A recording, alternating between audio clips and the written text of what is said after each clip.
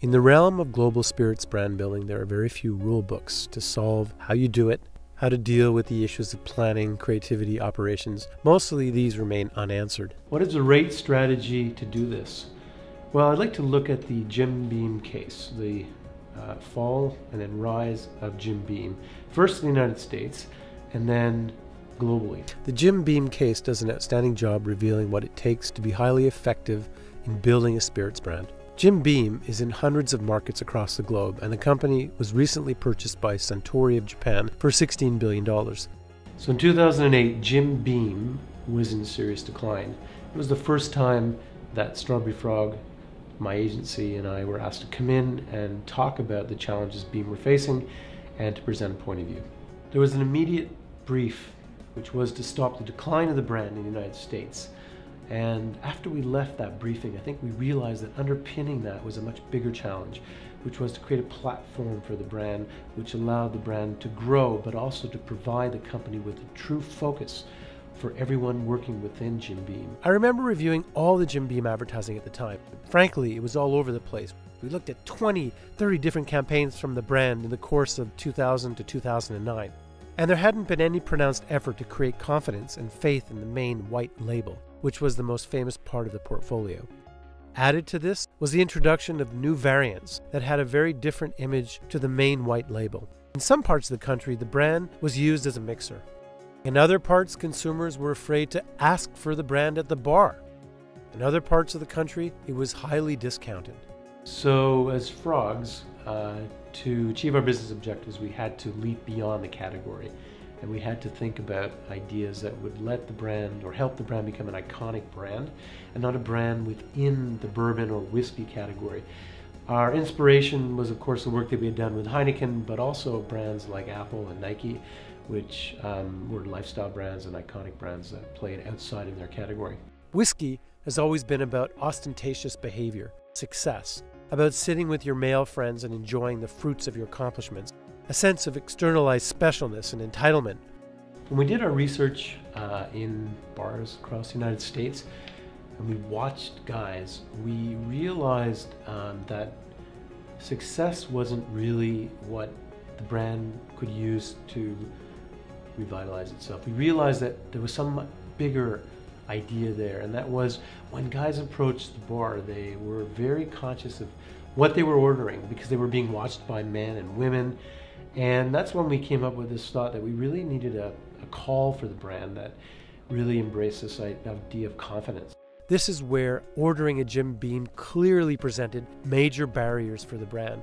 And this is where we had to overcome a major challenge. We looked back at the history of Jim Beam, how the family had been making the bourbon for more than 200 years. And in this history, we saw how bold choices had always been taken by the family through their entrepreneurial spirit and dedication to the success of the brand. There was definitely something within the culture of the company that could connect the idea of bold choice to the needs of the consumer. Bold choice became the platform upon which the company would communicate its idea and its experiences. It made a lot of sense to use this as the base for all our communications. Our job was then, how do we inspire people and get them to make bold choices, especially when they choose their whiskey? And that was the birth of the campaign idea in Bold Choices. Life boils down to a series of choices. Before long, the choices you make and the ones you don't become you. The campaign ran in a wide variety of media: television, cinema, digital, social, print, out of home, innovative use of technology, music promotion, events, and of course competitions. When we launched the campaign, we went out with one major television ad, and that focused on different outcomes of your life based on where you made a bold choice. So the notion of making a bold choice, the first brand platform we created for the US market, was a lot more relevant than success and a great deal more differentiated compared to Jack Daniel's, Beam's main competitor.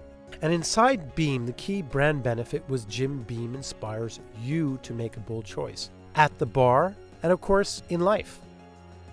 The brand invested in media advertising and started to see a change in household penetration and demand.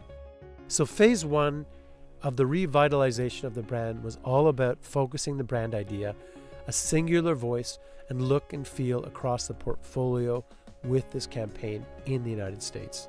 In it, we see Willem Dafoe, who himself actually made a bold choice to travel to New York City, where his acting career took off. Phase 2 happened when Jim Beam decided to build the brand beyond the United States, across all territories with their very different business needs and different business tasks. The new challenge was to demonstrate that the company and the brand could act as one global cultural movement brand. To do this, we built on what we had learned over the course of 4 years and set out to develop a universal insight that would take the brand globally. An insight that sat at the very center of the global campaign, that transcended geography, but allowed enough depth and breadth to express the brand effectively in everywhere from Germany to Brazil, from India to Australia, and the United States.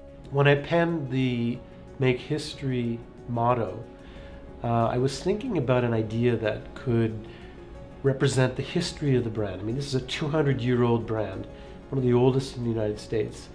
But at the same time, I wanted the idea to be something that meant something to millennial consumers right now. So that when you go out with your friends and you order a Jim Beam, it was about making history that night, at that moment with your friends. So Make History was both a backward strategy that let us talk about the pedigree and legacy of the brand. But at the same time, it was a future strategy about what you were going to do with your friends that evening. The movement was brought to life in a series of television commercials and digital films featuring Mila Kunis. The net impact on sales has been quite remarkable. The brand had grown tremendously, which is a fantastic move forward for the brand. It's really important to talk about the organizational impact as well, which enabled global marketers within Jim Beam to unite behind the brand and what the brand was doing, and this brought enormous benefits to the company. We can be sure that the advertising played an enormous role in the success of the brand because the advertising achieved the goals that we had set out to achieve. We know this because we looked at a comparison between the markets that ran the advertising and the markets that did not. And there was a significant difference. This was why we were awarded the global Effie for advertising effectiveness 2 years ago. It was interesting doing some consumer pre-testing for the global campaign as well, which we did around the world. It was further evidence that the campaign resonated significantly with consumers in the brand's key markets. The Make History campaign had a significant impact on sales and had a tremendous return on investment. What can we learn from the Make History campaign? Deciding on a universal insight on the rise in culture is crucial. The universal insight needed to unite. It also was important that the campaign was controlled and the idea was born and was grown in a controlled environment. And then, as the brand developed, it was important to demonstrate agility and flexibility to the different business needs in different countries around the world. The Make History idea continues to be used in all the advertising. It has been a very profitable investment for Jim Beam, and it has been a great brand story. Thank you.